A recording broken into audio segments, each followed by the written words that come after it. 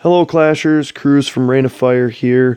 Wanted to bring you a video of Town Hall 9 Chance from our clan attacking their number 3 base. It is a Goho attack. I've not brought one of those to you for Town Hall 9 before, and this was a good 3-star raid that we had in our last war. As you can see below, the troop configuration is 1 level 3 golem, 1 max golem in the clan castle, 23 hogs, 16 wizards, wall breakers. Her heroes are 10 and 9. And then she has elected in this case to bring a jump spell with 3 heals. There's 2 common ways to use Goho. That's with either 4 earthquakes or with the jump spell. My personal thought process behind one or the other is with earthquake, obviously I get a larger area of opening inside the base. With jump, I can be a lot more precise with where my troops are able to path. So if I want them to enter the base and then kind of turn left, I would use a jump spell for that so that I can jump a smaller radius of walls and make sure that all those troops go to the left, and then maybe I steer them towards an archer queen, or maybe I steer them through a compartment that's got some double giant bomb areas. So that's kind of my thinking behind either earthquake or jump. Both work, and if you really have easy access into the base, you don't even need either one of them, and then you just bring the 4th heal or maybe a rage spell to help speed up and improve your impact of your kill squad. Just kind of depends on the application, depends on the base layout, who you're attacking, and what you need to do to get the 3 stars. So for this one, Chance made a good choice, brought the jump spell, and we'll see her come in from kind of the bottom right side of the base, and first draws the clan castle from the south end with a couple hogs. Turns out the clan castle here is a lava hound.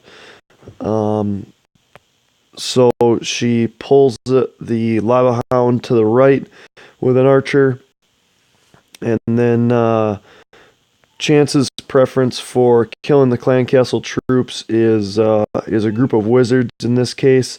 So they all gang up on that lava hound, pop it pretty quickly, and then dispatch of the pups in a pretty quick fashion. Shortly after comes a golem, straddling either side of where she's looking to make that entry. And this is why I just always recommend for a 2 golem approach to use the max golem in the clan castle. Those golems are great insurance for your attacks. The better your golems are, the more shielded your wizards and other kill squad troops that are vital for the raid. The more shielded they are, and the more successful they can be, which means you're more likely to kill the queen, you're more likely to kill the clan castle if that's what you're doing, or to eliminate those double giant bomb areas from the base when you've got a successful kill squad. So the max golem is just a great meat shield for them, keeps them alive longer, which allows them to achieve more of those objectives, and just make sure they get all that done. So wall breaks in between the 2 golems, which is a great way to draw the golems together into the base. A little bit quicker with the heroes here than I would usually be.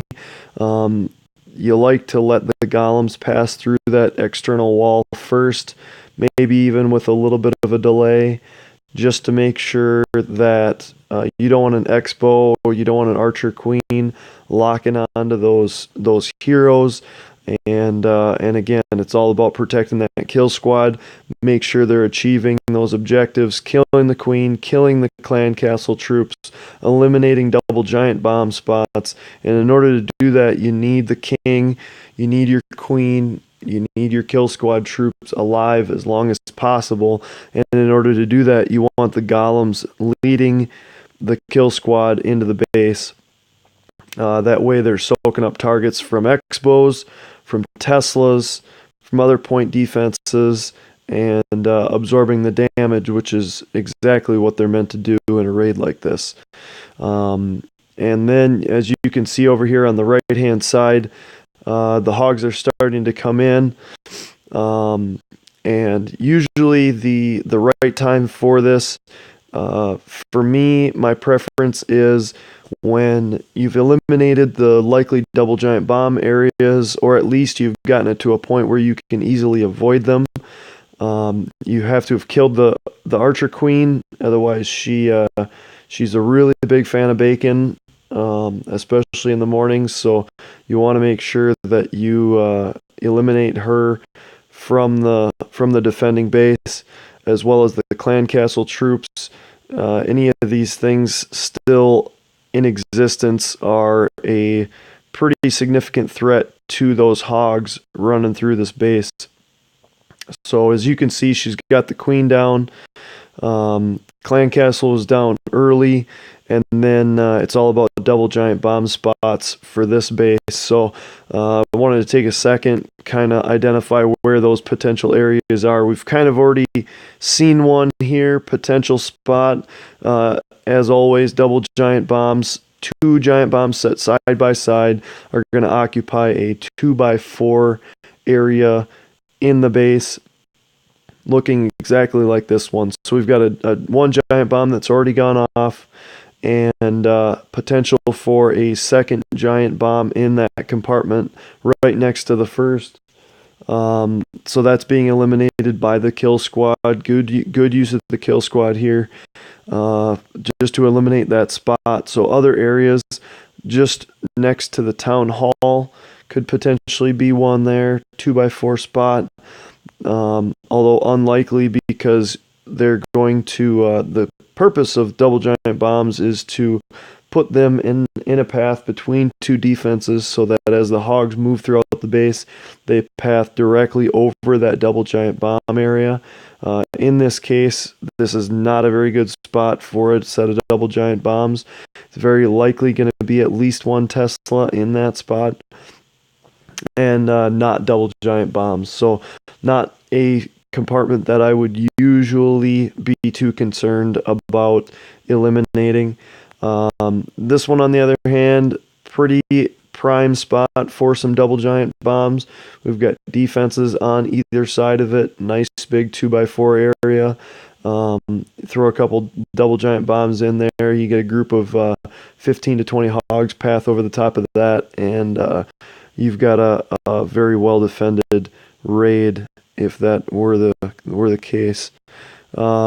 Here we've got a 2x4 area between the air defense and the archer tower. Another good spot for some double giant bombs potentially. And there is a spot, there's actually 2 spots in this compartment, one to the left of the cannon and one below and to the right of the cannon. Both of these spots are very bad spots for double giant bombs, because there are no defenses on either side of that cannon for the hogs to path to and from, to cause them to travel over double giant bombs and to be all killed. So it's possible that they're there. It's just very unlikely. This does happen to be the second attack on this base, so we do know there is no double giant bomb spots. Surprisingly, this person went through all the painstaking trouble of setting up this layout only to really do a poor job of executing the layout, not putting any double giant bombs in there, not defending the hogs well, which is why you see us using hogs against the layout and having success. So There is a double giant bomb between the archer tower and the cannon in that compartment. There is a double giant bomb next to the town hall, which is what I said earlier, not a very good spot. There is a double giant bomb between these two archer towers here, and there is a double giant bomb that was already set off next to the Barb King there. So single giant bombs, not a significant threat to the hogs. That if they're unexpected and the hogs are weak when they go off, it can be a very quick end to your war attack. But if you plan your attack well, have your heals on the hogs as they path over spots where there could be single giant bombs. You'll just make sure that you're taking care of your hogs. They last through the raid, and the raid goes to 3 stars in those situations more often than not. So, knowing where the giant bombs were in this case, Chance made sure that she planned her heals wisely. You'll see she does end up with a giant bomb that goes off towards the end here that's somewhat unaccounted for, but it's at a point in the raid where the hogs were relatively unaffected by it. So just to continue here, you can see the hogs coming in. One more thing that I like to do with my raids, just to ensure that they have a little bit more success whenever possible, I try to get the attention of both X-bows with my kill squad, with my golems. Now, in this situation, like I talked about before, Chance got the king and queen into the base a little bit early, so the likely troops that are going to be targeted by that far X-bow over here is going to be probably the Barb King. Less than ideal. That means that your Barb King's probably going to see a short end, because unlike the queen, he doesn't have a special ability that makes him makes the defenses target off of him. So once that X-bow is off, in order for it to stop targeting him, he's either going to have to die or travel out of the range of the X-bow, which is very unlikely at this point in the raid.